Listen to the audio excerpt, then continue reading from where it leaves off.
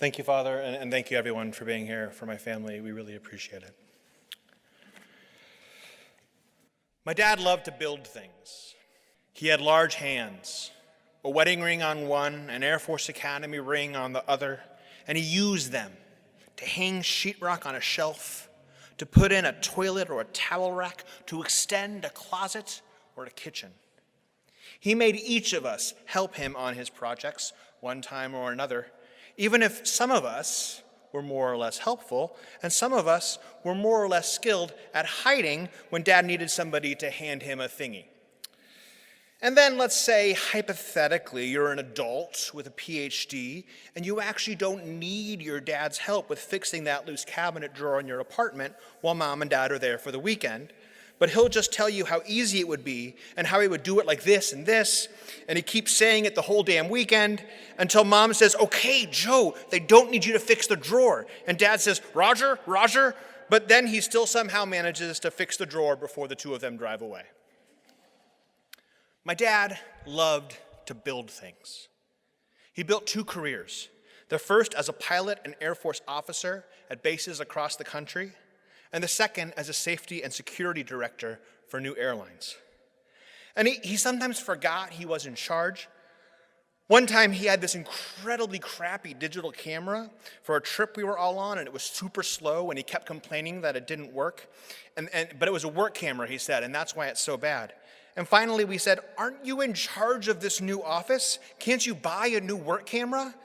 And he said, "Oh yeah." For the record, I am almost entirely certain it was Mom who eventually got a better digital camera. My dad loved to build things.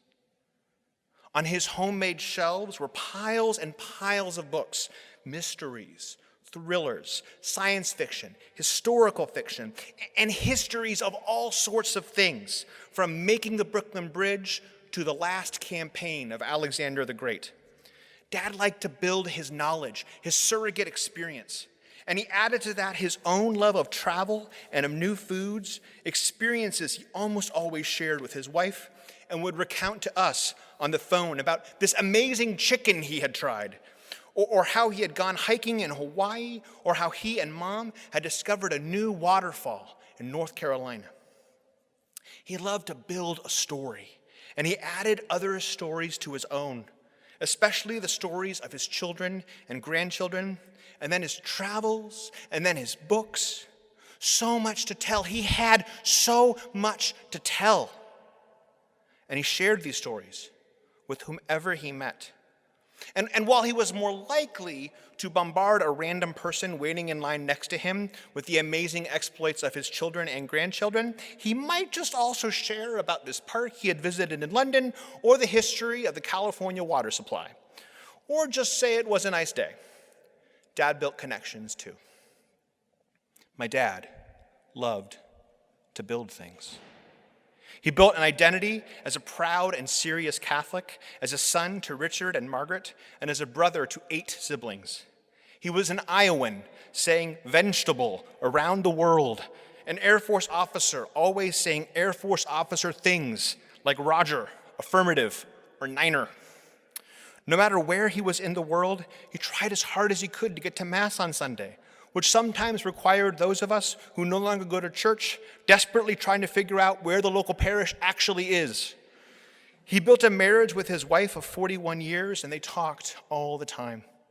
From letters in the old days when they were apart, to Dad obsessively calling on the cell 4 times about whether or not to get the same can of beans, to all the time together in between. They loved their long walks and travel to see grandkids. He thought dad jokes were when people make funny jokes about their dad, which is sort of an amazingly meta dad joke. My dad loved to build things. He built a family, 5 friggin' kids, with us.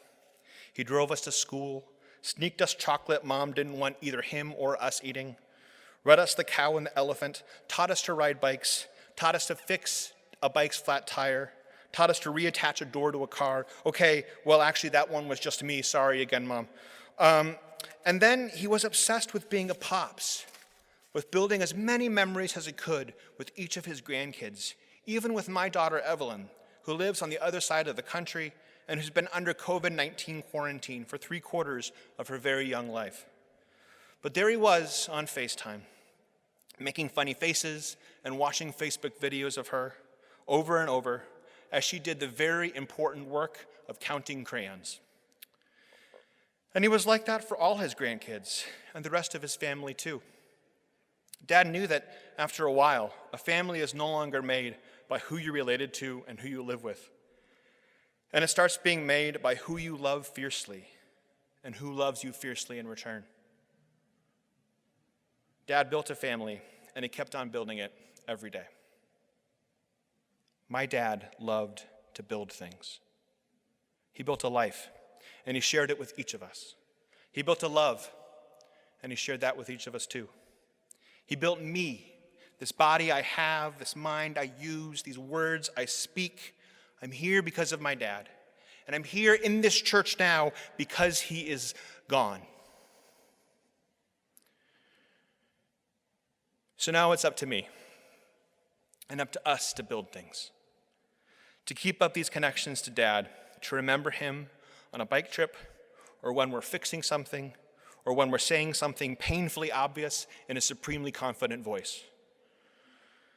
It's up to us to keep building the family Dad loved, to keep building the experiences he couldn't stop talking about, to keep building the country he served. It's up to us to build up, to hold up our mom, the love of his life, and to build and hold each other up too. Dad cried every single year watching It's a Wonderful Life, so I'm sure he won't mind some tears now. And he won't mind if we keep on crying for as long as we need.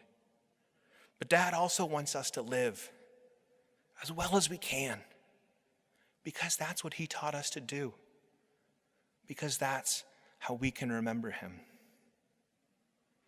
Our dad taught us to build things with love. I like to think he can hear us when we tell him, "Roger, Dad," affirmative.